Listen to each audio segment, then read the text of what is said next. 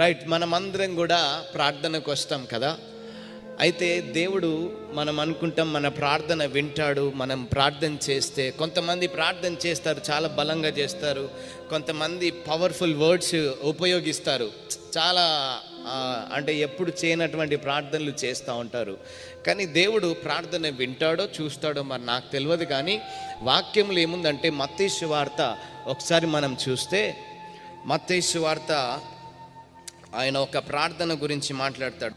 రహస్యమందు చూచు నీ తండ్రి అంటున్నాడు. వినేదానికంటే దేవుడు చూస్తాడు. మనం ఇక్కడికి వచ్చాము, ఎందుకు వచ్చామో దేవుడు చూస్తాడు. వినేదానికంటే మన యాటిట్యూడ్ చూస్తాడు. అసలు ఎందుకు వచ్చాం, సంఘానికి ఎందుకు వస్తున్నాం, అసలు ఇప్పుడు ఆల్నైట్కి ఎందుకు వచ్చావు, ఏ విషయంలో. కొంతమంది నార్మల్గా నిద్ర పట్టకుండా వస్తారు, కొంతమంది ఏదో చూద్దామని వస్తారు, కొంతమంది అనేక ఆలోచనలతో వస్తాడు. కానీ దేవుడు చూస్తాడు.